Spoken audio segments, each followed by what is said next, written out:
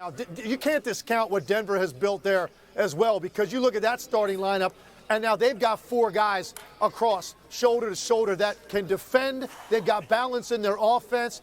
They've got the 2-time MVP that runs the show as the best passing big man this league has ever seen. Exceptionally well coached also. So I'm not going to discount Denver now when you look at teams like Dallas and the Clippers and what the Lakers did and to add pieces. I think Denver still gets there as long as they don't have to play a team like Phoenix before you get to the conference finals, because right now we have no idea how those teams are going to end up in terms of seeding. It is wide open in the West because they're so tightly packed together. There's a potential that Denver ends up playing Phoenix before you get to the conference finals, in which case, if everybody is healthy in Phoenix, you're expecting them to win that series and expecting Phoenix to get to the finals and expecting Phoenix to win a championship. But I think Denver is, right now, for me, still, on paper, the second best team in the Western Conference. Hey, listen, let me ask my 2 boys, both of y'all, this question, okay? Because now we got Phoenix and we got Denver out of the way. That's obvious. One of the other things that I love about this, and knowing you two the way that I do, I know y'all love this as well, is the question about who does it apply more pressure to step things up and get their act together, because Phoenix and Denver is clearly the creme de la creme at this particular moment in time. I think about a Memphis, and I'm saying the Dylan Brooks of the world with the Ja Morant. We know what a superstar Ja Morant is, but Memphis, they forgot about y'all already. What y'all gonna do about it? You see Denver, you see Phoenix. What you gonna do about it, Memphis? Because they ain't thinking about you right now. They're just discarding you. Dallas, same for you as well. That's what I like about a storyline like this. What do y'all think about that? Who do y'all feel the pressure is amplified towards because of what Phoenix just pulled off? Stephen A., so the blockbusters are probably over, I think. Yes. And now the arms race is on. Because if you're the Memphis Grizzlies and you wake up today, now you got to deal with the Phoenix Suns. Now you got to deal with defending Devin Booker and Kevin Durant at the same time. If you're the LA Clippers, now you got a whole different situation. If you're the Golden State Warriors, you got to worry, do we need another wing player? And look what just happened. Now the Nets have way too many. The Nets are overloaded. Now the Nets can start doing other deals. I would not be surprised if we see the Nets do at least 2 more trades today as they auction off these extra wing players to the highest bidder. Bojan Bogdanovic in Detroit, they've been reluctant to let him go. They may now get a bidding war for him because he's a perimeter, or he's a swing defender who is also a good shooter. Toronto actually bought last night. Overwhelmed in all this, Toronto actually made an interesting trade where we thought they were going to be sellers for weeks. They bought a player in Jakob Poeltl, but will they now get such offers for OG Anunoby that they now have to look at it? And I think absolutely, Stephen A., there is an arms race developing here to now prepare yourself to go for Phoenix. The Milwaukee Bucks, Jay Crowder, the Milwaukee Bucks have been trying to get Jay Crowder for 4 months. He just got traded to Brooklyn. I would say to Jay, do not make a playing reservation yet. You may be coming here to LA because the Bucks, who have won 8 in a row, may now have a new negotiation for a guy like Jay Crowder. So I think we're going to see a whole bunch more deals that could potentially impact the matchups and impact how the playoffs shake out happen between now and 3 o'clock as a result of this major move. Go ahead, Tim. Listen, I think you've got a lot of teams right now looking at themselves in the mirror and saying, do we have enough now? Look at the Eastern Conference, okay? Take a look at Milwaukee and Boston. They're the biggest winners in this besides Phoenix because Kevin Durant's out of the Eastern Conference, right? That team that you thought could be a problem for you potentially in the second round no longer exists. So now I think it's a collision course between those 2 teams headed to the finals. And look, Boston's been the best team in the league all year. They had a really impressive win last night against Philly. No bigs to guard Embiid, and they still beat the Philadelphia 76ers. But they're looking and saying, is it enough? They got to the finals a year ago, did not play their best basketball, and did not win a championship.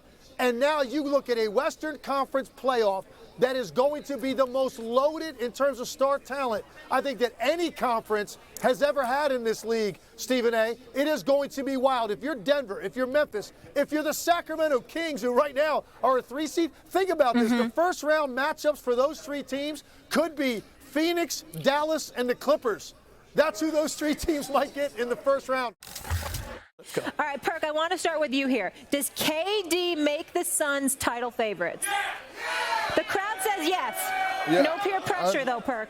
I understand what the crowd is saying, but they shouldn't be the title favorites. Now they're a title contender, yes, but not the title favorites. Look, let's not sit up here and disrespect the Boston Celtics, what they have over there, the deepest roster in the NBA. Let's not disrespect the Milwaukee Bucks and what they're doing and how Giannis been playing. And please, let's not disrespect the Denver Nuggets, who are sitting at the #1 spot in the Western Conference right now, who has all the pieces and more to make it to the NBA Finals this year and actually win the championship with the leadership of Jokic. And listen, I get it. Kevin Durant, one of the most efficient, in my eyes, the greatest scorer to ever touch the damn basketball when you come from a skill set level.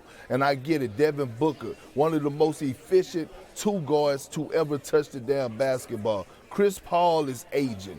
DeAndre Ayton, I need to see more out of him, more tenacity. Let me see if he can hold the fort down, because they're going to miss Mikal Bridges. They're going to miss Jay Crowder.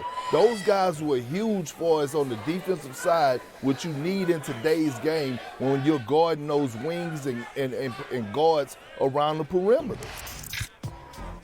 Go ahead, Legs. Yeah, listen, I hear what Perk is saying. You don't want to discount the year Boston's had, the year that Denver's had. We know what Milwaukee ultimately will be when they get Chris Middleton. But here's the thing. The reason I think they're the prohibitive favorite to not just win the West, but win it all, assuming everybody's healthy, they've got three of the best mid-range players in the entire league on the same team. When you look at Kevin Durant, Devin Booker, and Chris Paul. Why is that so important? Because when you get into the postseason in a league built around the three-point line, the three-point line can fail you on given nights. It's not easy to get to the rim or get to the line if you play through a post guy or through dribble penetration. But you know what's always available? The middle area of the floor for great offensive players. And now they've got three of those guys on the floor. So that's first. Secondly, I don't think this would necessarily work in my mind, or I'd feel as good about it if it wasn't for Chris Paul.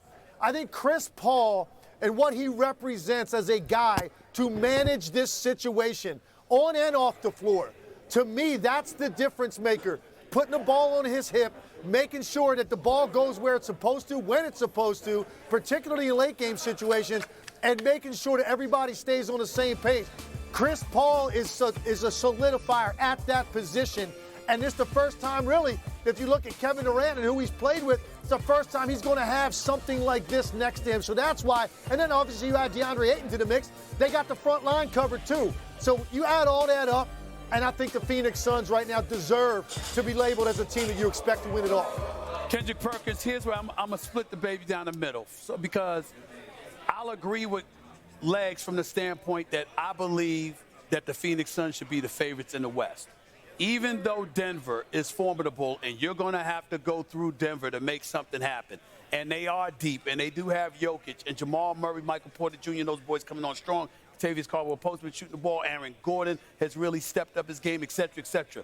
I'm sorry, as it pertains strictly to the Western Conference, I don't want to hear Kevin Durant, Devin Booker, DeAndre Ayton, and Chris Paul in a starting lineup being second to anybody in the Western Conference. Unacceptable. Unacceptable. Now, when it comes to the Eastern Conference, here's where it gets interesting. Boston has been the best team in basketball. They do have depth.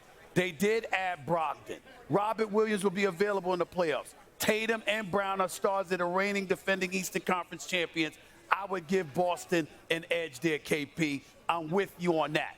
When I think about Milwaukee, Drew Holiday, he can be a negator of Chris Paul and what Chris Paul does to run a team and what Chris Paul does with his mid-range game, particularly if Chris Middleton comes back and you have that cohesiveness and that chemistry once playoff time begins. And obviously, Phoenix has some size and they do have some defensive prowess when they amp it up, and we know Boston does as well. I do look at it in that regard. I would omit Philadelphia because I don't believe Philadelphia is better than Milwaukee or Boston for a team like Phoenix if Phoenix were to come out of the West. I could see Boston or Milwaukee. That's a pick 'em. They could beat Phoenix just like Phoenix could beat them. I don't think anybody else in the East can beat Phoenix as presently constructed if healthy, and I don't think anyone in the West should be able to beat Phoenix as presently constructed if healthy.